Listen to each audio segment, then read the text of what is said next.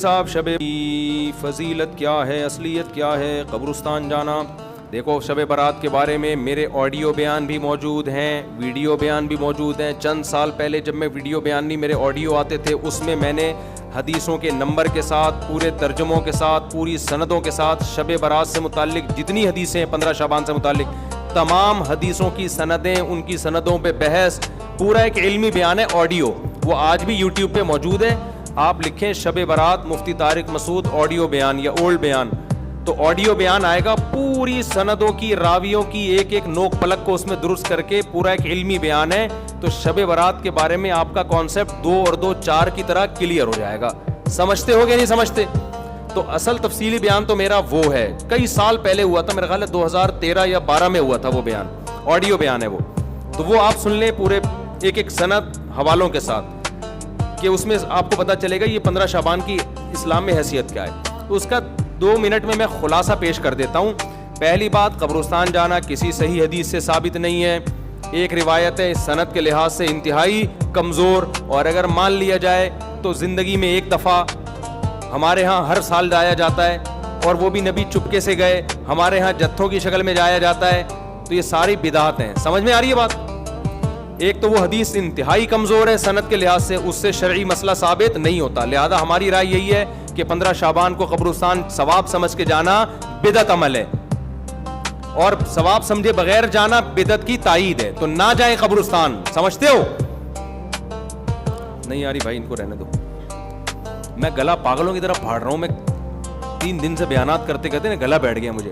تو 15 شعبان کو آپ کو قبرستان جانے کی ضرورت نہیں ہے. کوئی بولے یہ مفتی صاحب نیا دین لیا ہے, نیا دین نہیں بھائی. جتنے بھی 1400 سال سے جو بدعت سے پاک دین ہے وہ یہی ہے.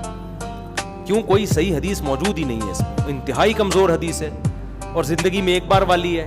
صحابہ سے وہ بھی ثابت نہیں ہے, اور وہ بھی چپکے سے گئے. آپ جتوں کی شکل میں جا رہے ہو, تو یا تو یہ بدعت ہے یا بدعت کی تائید ہے. تو آپ قبرستان پھر چپ ہو جاتے ہیں یار, نہیں جاؤ یار, کسی اور دن چلے جاؤ قبرستان. ویسے بھی ان 15 شعبان کو قبرستان میں جو میلے ٹھیلے اور انٹیاں بن سج کے آئی ہوئی ہوتی ہیں نا, مردے فتنوں میں پڑ جاتے ہیں. مردے کہتے ہیں مرے کیوں یار, اتنا اچھا ماحول ہے باہر کا. تو آج کل تو انٹیاں ایسے میک اپ کر کے اور دوپٹے, اور پھر بندے بھی تیار ہو کے, ایک انٹرٹینمنٹ ہے وہ قبرستان. وہ قبرستان تھوڑی رہا ہے جو پہلے ہوا کرتے تھے. تو آج کل تو ویسے بھی جانا جائز نہیں ہے. دوسرا کام, اس رات کو لوگ کہتے ہیں نہاؤ دھو اور تہوار ہے. تو تہوار اسلام میں دن میں ہوتے ہیں, راتوں میں. عیسائیوں کے, ہندوؤں کے تہوار ہو سکتے ہیں, مسلمانوں کے تہوار دن کی روشنی میں ہوتے ہیں. رات کے اندھیروں میں بولو نا نہیں ہوتے. راتیں عبادت کی ہوتی ہیں. تہوار نہانا دھونا, اچھے کپڑے, یہ دن کے کام ہیں. تو لہٰذا یہ کوئی بھی نہیں ہے کہ رات نہا دھو کے اور اچھے اچھے کپڑے پہنو. کوئی مستند روایت نہیں ہے اس بارے میں. تمیز سے سو جاؤ گھر میں جا کے. اور تیسرا کام کیا ہے؟ حلوہ مانڈا, حلوے مانڈے پکاتے ہیں. تو جب تہوار ہی نہیں ہے تو حلوے کس بات کا بھائی؟ حلوے تو عیدوں میں خوشیوں میں ہوتے ہیں نا. تو جب تہوار ہی نہیں ہے, ہمارے تہوار دن میں ہوتے ہیں بھائی. عید الفطر, عید الاضحیٰ, اور جمعے کا بھی دن میں ایک قسم کا تہوار ہے, یہ بھی دن کی روشنی میں. تو آپ نے حلوے مانڈے بھی بولو نا نہیں. پھر اس رات کو تقدیر کے فیصلے ہوتے ہیں. قرآن میں صاف طور پر ہے کہ وہ لیلۃ القدر میں ہوتے ہیں, اور ہم نے قرآن بھی کب نازل کیا؟ رمضان میں اور لیلۃ القدر میں. بالکل واضح قرآن کی آیتیں ہیں. اس کے مقابلے میں جو 15 شعبان والی حدیثیں ہیں جن میں آتا ہے کہ اس رات فیصلے ہوتے ہیں, وہ قرآن کے مقابلے میں جاندار, سند کے لحاظ سے مضبوط نہیں ہے. ان میں اتنی طاقت نہیں ہے کہ قرآن کی آیت کو آپ اس میں ایڈیشن کر دیں. لہذا قرآن سے واضح پتہ چلتا ہے کہ جو فیصلے ہوتے ہیں سال بھر کے, وہ شب قدر میں ہوتے ہیں, جو رمضان میں. اور قرآن بھی کب نازل ہوا؟ راجح دلیل کے لحاظ سے راجح بات یہی, اگرچہ بعض علماء نے وہ بھی لکھی, لیکن راجح دلیل کے لحاظ سے یہ بات ہے. 3 باتیں ہو گئیں. چوتھی بات ہے پٹاخے. شب برات کے پٹاخے. تو بھائی یہ تو پٹاخے یہ بھی جائز نہیں ہے. آپ کیوں ایک رات کو ایک عبادت کا عنصر دے کے اس میں پٹاخے پھوڑ رہے ہیں؟ لوگوں کی نیندیں خراب ہوتی ہیں, ہارٹ پیشنٹ پریشان ہو جاتے ہیں, بہت بڑے آگ لگ جاتی ہے بعض دفعہ. یہ عمل بھی حرام ہے, ناجائز ہے. اور کیا ہوتا ہے شب برات میں, جلدی بتاؤں, عبادت پہ آ رہا ہوں. دن کا روزہ 15 شعبان کا, وہ بھی کسی صحیح حدیث سے ثابت.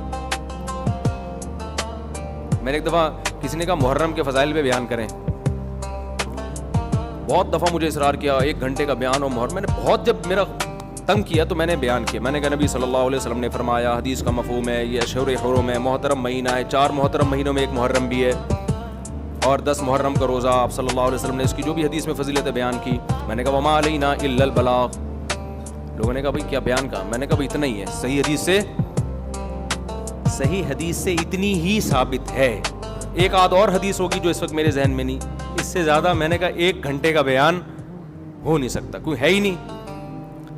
تو آپ کی مرضی کی باتیں ہم نہیں کریں گے, ہم وہ باتیں کریں گے جو اللہ اس کے رسول صلی اللہ علیہ وسلم نے جس طرح بیان کی. خطابت کے جوہر دکھانے کے لیے تو 6 گھنٹے کا بھی بیان ہو سکتا ہے, لیکن اگر آپ نے وہ بات کرنی ہے جو اللہ کے رسول نے بتائی ہے تو جتنی بتائی ہے اتنی ہی آپ کو پارسل کرنی پڑے گی. اپنی طرف سے پارسل کرنے کا ہمارے پاس انتظام, ہم کمپنی ہوتا ہے نا, بعض کمپنی ہے پیک کر کے دے رہی ہوتی ہیں, وہ KFC والوں کے, وہ کہتے ہیں وہ جو کمپنی کی پیکنگ ہے وہ ہم آپ کو دیں گے, اپنا شاپر ہمارا الگ تھیلے میں رکھا ہوا ہے, ٹھیک ہے نا, اس کے لیے الگ آرڈر دینا پڑے گا آپ. تو اگر اللہ رسول کی بات ہے تو بھائی اتنی ہے. تو اس لیے 15 شعبان کا جو روزہ ہے وہ بھی کسی صحیح حدیث سے ثابت بولو نہیں ہے. اور کیا رہ گیا, جلدی کرو, اب وہ شادی بھی ہونی ہے ان کی, بھائی آئے ہوئے ہیں نا. اور کیا رہ گیا, رات کی عبادت کی طرف آتا ہوں میں. اور کچھ ہے, بس یہی ہے نا, پٹاخہ, قبرستان. پٹاخہ جب بھی بولتا ہوں, میری چھوٹی بچی ہے نا بڑی شرارتی, اس کا پٹاخی کہتا ہوں میں اس کو, جیسے پٹاخے کی طرح نا پھدکتی رہتی ہے ایسے. تو بچے بڑے اٹریکٹیو ہوتے ہیں یار, گھر میں بچے ہوا رکھا کرو, بچے گھر میں رونق ہوتی ہے. تو ایسے وہ اس کے ہوتے ہوئے شب برات کے پٹاخوں کی ضرورت ہی نہیں ہے ہمیں. تو ایسے بچے ہوتے ہیں نا, ایسے کھیل رہے ہوتے ہیں کلابازیاں, چھوٹے 2-2.5 سال کے بچے. ہم تو بچوں کو دیکھ کے دل چاہتا ہی نہیں کہ یہ بڑے ہوں, چھوٹے زیادہ اچھے ہوتے ہیں. تو پٹاخہ یہ ناجائز ہے. حلوے مانڈے, میٹھا ویسے ہی اسلام میں کم ہے یار, تم میٹھے پھوڑ کے اپنے آپ کو. اور تیسرا کیا ہے, میٹھا کم کیسے, لوگ حدیث پہ کے لحاظ سے اشکال کریں گے, پھر کسی وقت اس کا جواب دوں گا. تیسرا ہے نہانا دھونا, صاف کپڑے پہننا. اچھے کپڑے تو ویسے ہی صاف پہننے چاہیے ہر وقت, لیکن اسپیشلی اس رات میں کوئی فضیلت نہیں ہے. چوتھا 15 شعبان کا روزہ, اور اس رات کو تقدیر کے فیصلے وغیرہ یہ سب چیزیں ثابت نہیں ہیں. ہاں اب جو ہے عبادت ہے یا نہیں ہے, تو جمہور کے نزدیک اس میں عبادت کی فضیلت ہے, لیکن بعض محققین اس فضیلت کے بھی قائل نہیں. تو اختلافی مسئلہ ہے, اجماعی مسئلہ نہیں ہے اس رات کی عبادت کی فضیلت. لیکن بہرحال جمہور چونکہ قائل ہیں.